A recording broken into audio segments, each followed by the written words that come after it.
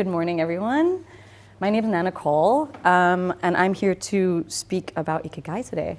It sounds very, I think it's going to be an interesting chat. I'm a little bit nervous, I won't lie, but I think it's going to be really interesting.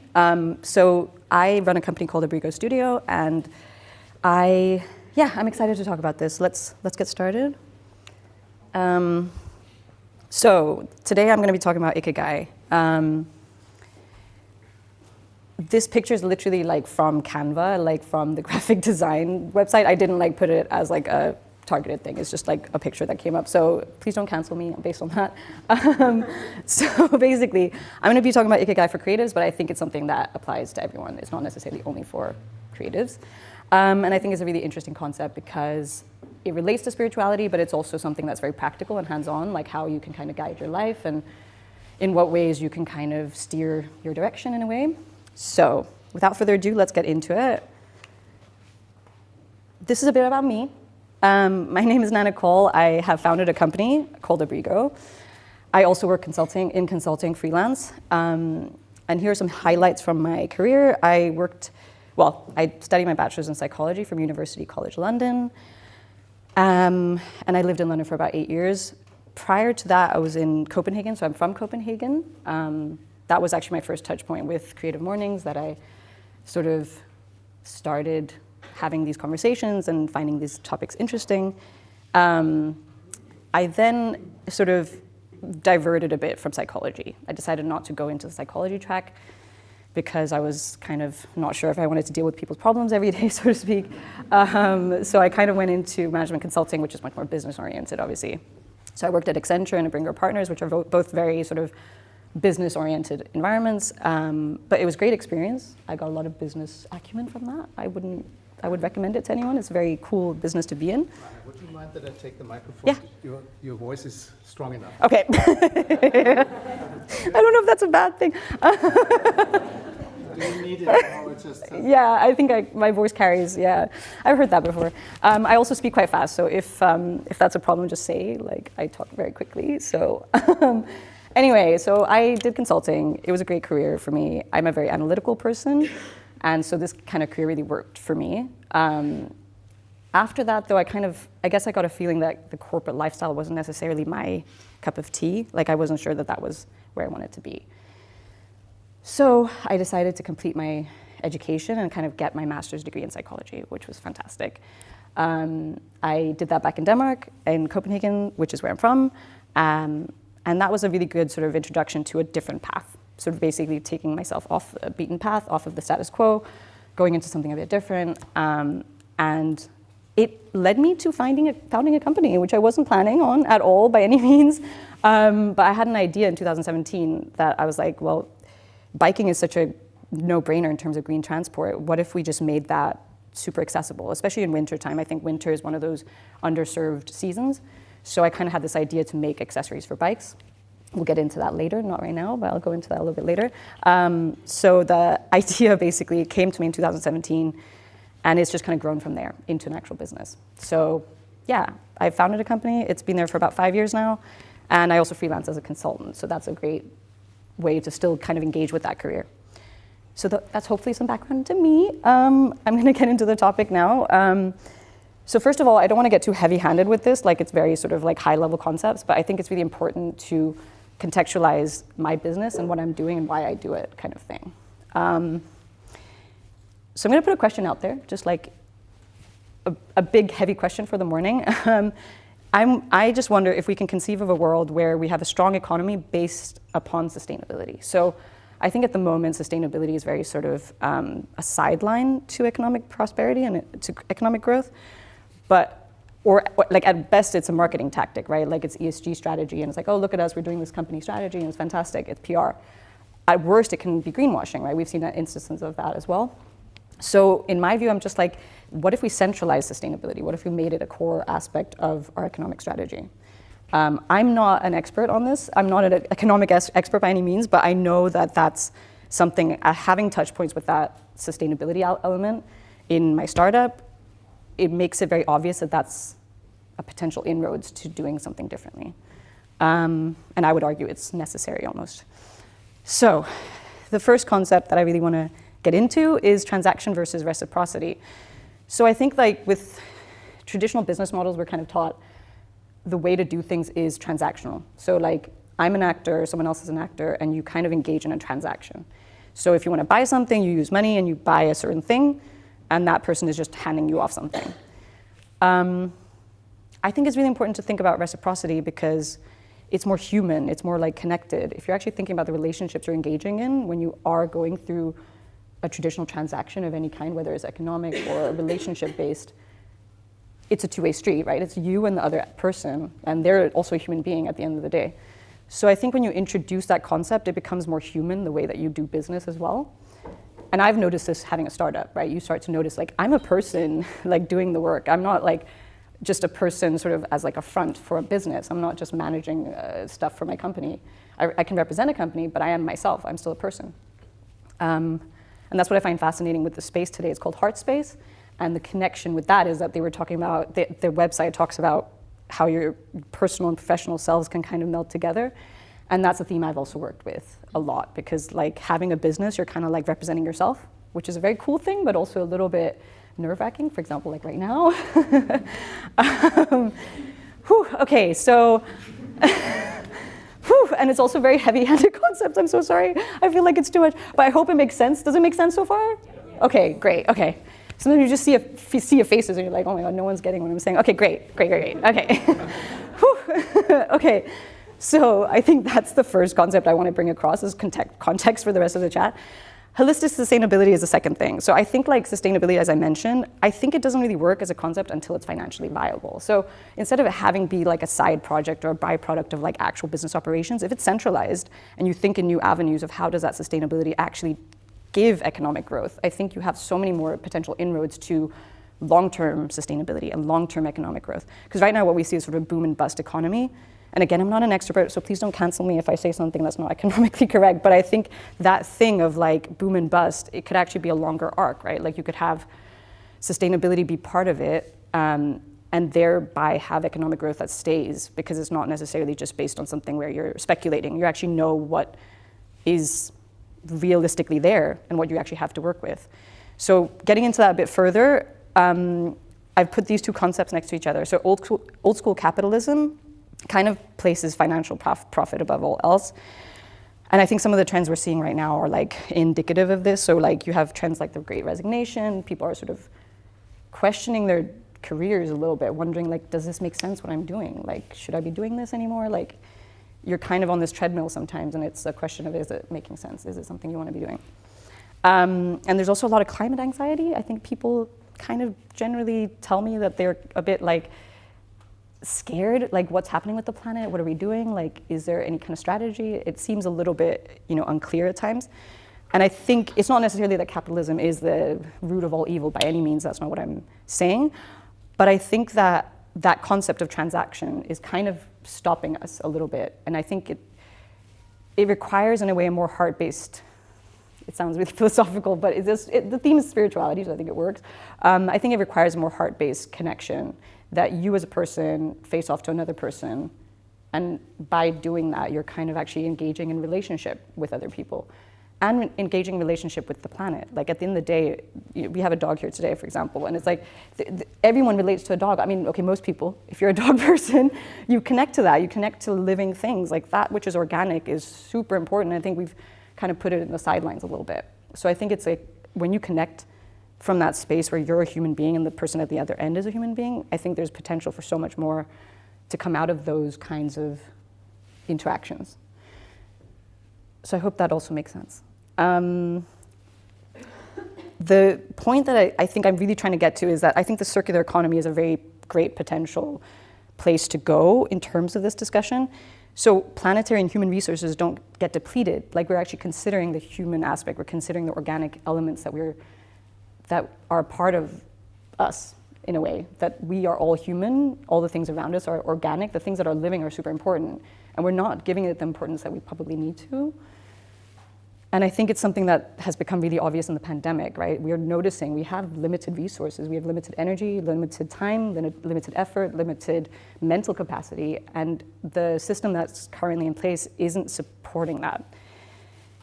So I think that sense of doom and dread and anxiety is kind of like pointing towards we need to find a new way.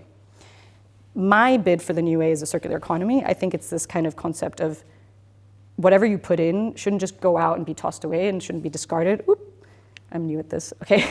Shouldn't just be discarded, but actually you have to think in circular terms. So what happens to the things like end of life strategies for products? So if you have something, instead of it just being landfill, maybe it's something that actually gets made into new products. Or maybe it's something that has a strategy whereby it gets reused in that same product.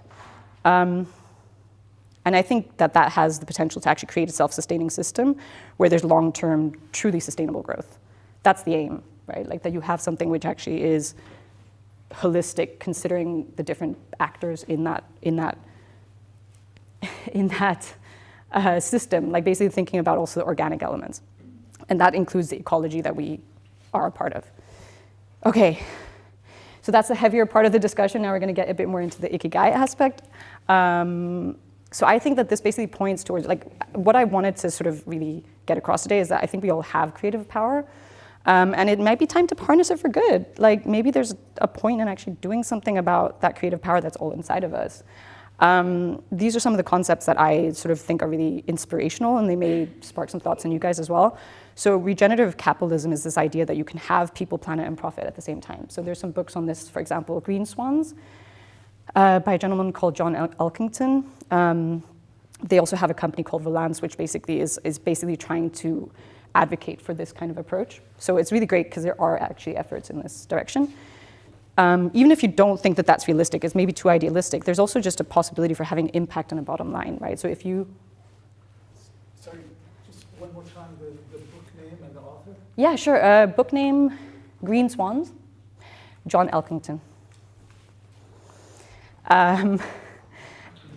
So the impact on a bottom line aspect is basically that even if you just have one thing that you're passionate about, one thing that you're driven about, that could be potentially your inroads to creating something that is sustainable and has that financial bottom line that's healthy. And it might be something that you're really passionate about, but that's fine. You don't have to save the whole planet. You can just be interested in that one thing and actually make an effort to do that. And the circular economy is basically, like I said, optimizing material usage, creating end-of-life strategies, and infrastructure. So that's kind of what I've worked with the last 5 years. Like with my business, it's been a lot of circular economy strategies and kind of trying to work that into how I do business and making my product actually sustainable. Yeah. So Ikigai, why is it important? I think Ikigai hits a central nerve in all of us. I imagine that's why you guys are here today. For me, I think it points towards soul purpose. And whether you believe in that concept of a soul or not, it's kind of that central sense of self, like who are you without all of your roles? Who are you when you're not like a mom or a parent or a colleague or a sister or brother? It's like, who are you just as you? And I think there's certain things that are core to each of us that make us feel like who we are. And I think that that's kind of part of Ikigai, right? It's that thing that makes you uniquely you. And I think that's why it's such a curious, interesting concept, because it's like, well, if I get closer to who I am, maybe I get closer to what I need to be doing in the world, my purpose, my passion, my drive. That's the dream, right? So I'm going to talk a bit about my journey with this. Hopefully that gives a little bit of a starting point to have a nice discussion at the end as well. My company is called Abrigo. It's basically Spanish for jacket. It's kind of a cute idea of basically jackets for bicycles. So it's products that are for bicycles that are heated and stylish and design-wise very nice, but also sustainable, to try and motivate people to cycle more during winter. So that's the idea in broad strokes. There's a lot more to it than that, but obviously that's the main idea. So I had this idea back in 2017. At the time, I just thought, this is an idea. But I feel like the interesting thing with this is like, I was just saying to someone earlier that it felt like a trust fall almost. It was like, I took one step with it. I got into an incubator program. Then I was like, oh, I don't know if I should still do this. Then I got into another program with it. Then I got into a third and a fourth, and people kept asking me about it. People kept being interested about it. And I think what's really cool is that when you have hit something central to yourself, it brings an energy with it. I don't know how to put it other than that. It brings an energy with it where you're kind of very alive and very present with what it is that you're doing because you know you're in touch with who you are. Like, that sounds so cheesy, oh God. But like, but like, I hope that gives an indication. When you're in touch with yourself, you're kind of more confident, you know what you're about. So there's less need to pretend, there's less need to like make yourself a certain thing. You just know who you are. And that's a very comfortable place to be. And it's been something that's a journey that I'm on right now. And I think it's really cool. I think it's the only worthwhile thing doing, for me at least. But I hope that I really want to hear also you guys' perspectives at the end about how you guys feel about that and where everyone stands on that. Because I think it's such a crucial aspect of being a human being, basically. So I've done 6 or 7 different startup programs. I also got nominated for a Circular Design Award, which was very cool. I still feel like that's one of the biggest like milestones of this project. I have a working prototype, and that's the one that I got nominated for an award with. It's basically a USB-powered seat cover. It uses sustainable textiles, and it delivers heating to bicycle saddles. So that's the main idea, to try and create warmer, more enjoyable cycling journeys. So that's my journey with Ikigai. And a bit more to sort of make it a bit more, what do you call it, like explicit. So what I'm good at, I would say I'm good at management consulting. I think I did quite well in that career, and it helped me really to set up what I'm doing now. What I love, bicycles. I'm from Copenhagen, which is like bicycle central, so I think that was a very natural thing for me to always, I grew up with bicycles and I have 2 right now, and I'm planning to get many more. And climate solutions is what I think the world needs, at least personally. I think that's clear from my talk so far. And what you can be paid for. So I've kind of created a startup based on this idea, but it doesn't have to be, right? Like other people do maybe an NGO or start a project that they do on the side of work. But I think it's that key thing that, like, I think, I would argue that it's not necessarily that the most important thing that you can be paid for it. I think it's important you find Ikigai, and if you can be paid for it, great. But if you even just find your passion and your mission and your profession, like, or your passion and your mission, even that is a fantastic starting point. And if you can be paid for it, fantastic. For me, it's an impact startup, and I am like looking at investment right now, so it's a very cool process to be in.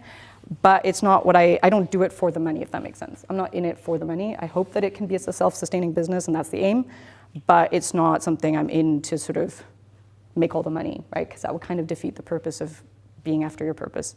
But yeah, so that kind of gives you a little bit of an indication of like how I've gone about it. It wasn't something I went for proactively. It was kind of retrospectively that I realized, oh, I kind of hit upon this. Like now I have a business, and that's actually something that's investable, which is amazing because it actually starts to become a picture that makes sense.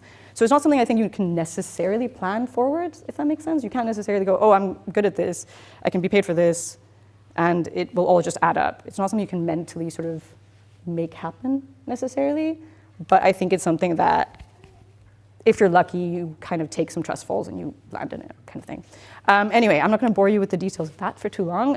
How does this relate to you? So often I think we don't ask ourselves what we want out of life. We kind of get jostled around just looking for different experiences and different things. And this is, again, a little bit cheesy, but I think like getting to know yourself is like the most life-affirming pursuit. Like if you're more familiar with your own internal drives and interests and motivations, I think you get much more clear on what it is you're supposed to be doing in the world. And I think that's really worthwhile. That's why I put this emoji. It's a very sort of cheesy, positive vibes kind of statement, but I think it's really interesting, and I think it's something worth doing. And this is Creative Mornings, so I hope that people kind of feel me on that, feel the vibes of that. And I think letting it inform what you do, like letting your own internal drives inform what you do is really powerful. I think we have to kind of reclaim our own personal power a little bit in the structures that be, because otherwise we kind of risk losing sight of what is possible for ourselves and for society.